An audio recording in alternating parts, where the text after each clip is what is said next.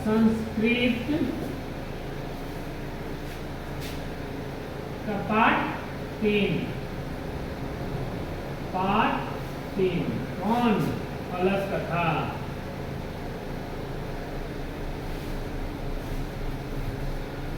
आज हम लोग पढ़ेंगे अलस कथा, ठीक है ना। आज हम क्या पढ़ेंगे? अलस कथा पढ़ेंगे हम लोग पाठ।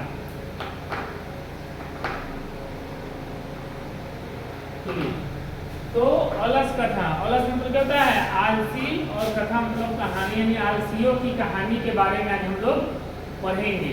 यह कहानी जो है वह मिथिला राज्य की है। कहाँ की है जी? मिथिला राज्य की कहानी है।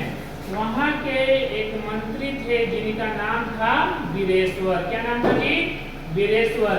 वीरेश्वर जो है स्वभाव से दयाशील और दानशील और कैसा थे?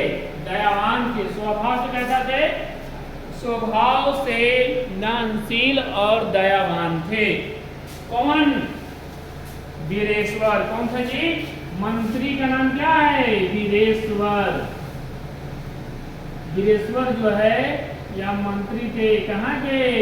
तो मिथिला राज्य के। कहाँ के थे जी? मिथिला राज्य के मंत्री थे। कौन?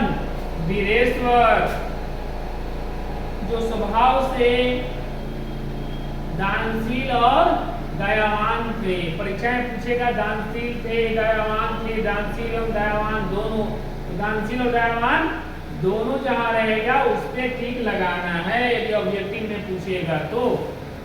ठीक है, तो अलस कथा मिथिला राज्य की कहानी है या आलसियों की कहानी है। वहां के मंत्री थे जिनका नाम था वीरेश्वर।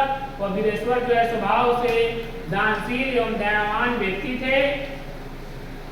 उन्होंने सोचा कि हमारे राज्य में जितनी भी आलसी है, जो खुद से अपना भोजन नहीं कर सकते हैं, उनके लिए रहने और खाने की व्यवस्था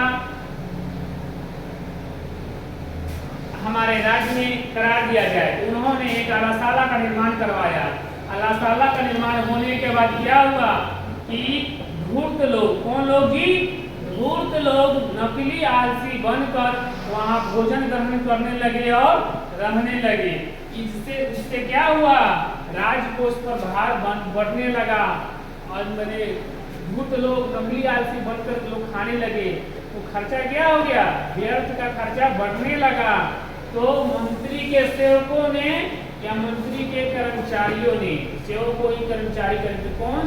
मंत्री के सेवकों और कर्मचारियों ने सोचा कि राजकोष पर यह क्या है? भार बढ़ते चला जाएगा, ऐसे धूर्त लोग भोजन करने लगेंगे, तो इसका कोई न कोई रास्ता निकाला जाए।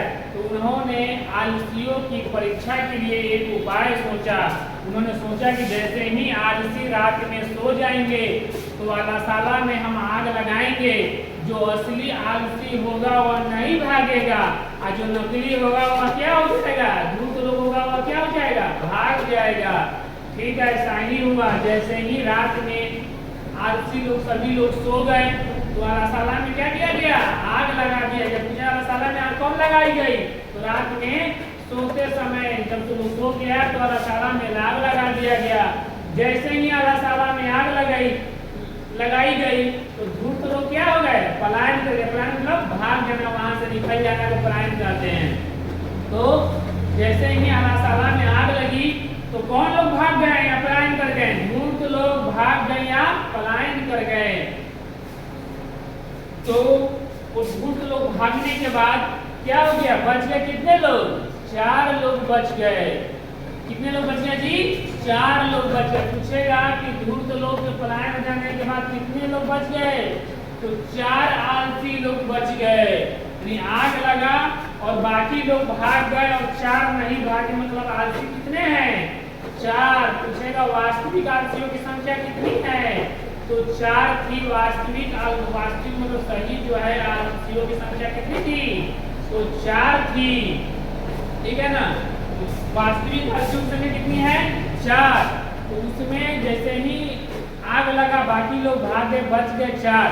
तो परीक्षा में पूछता है, उसके बाद आलसियों लोग आपस में वार्तालाप शुरू कर दिए। उसमें पहला आलसी बोलता है कि अहो कथनम कोलाहल। क्या पूछा? अहो कथनम कोलाहल, यानी यह कैसा कोलाहल है। पहला आलसी ने क्या कहा? यह कैसा कोलाहल है। पहला आलसी ने क्या कहा? यह कैसा कोलाहल है। यह पूछ देता है परीक्षा में, पहला ने क्या कहा, दूसरा ने क्या कहा, तीसरा ने क्या कहा, चौथा ने क्या कहा। तो पहला आलसी ने कहा यह कैसा कोलाहल है। दूसरा ने क्या कहा? लगता है आग लग गई है। दूसरा ने क्या कहा? लगता है आग लग गई है। तीसरे आलसी ने कहा कि यहाँ कोई धर्मात्मा व्यक्ति नहीं है जो हम लोग के ऊपर भीगा वस्त्र डाल देता। सुनिए भाई, यहाँ पर आग लगा है, जान का पड़ा है, लेकिन वो किस तरह की बातें कर रहा है।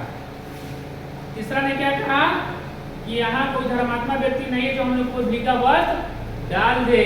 इतना सुनने के बाद चौथा आलसी सुनिए क्या कहा। चौथा आलसी ने कहा कि व्यर्थ की बातें मत करो, चुपचाप क्या करो, कंबल ओढ़ो, चुपचाप क्या करो, सो जाओ।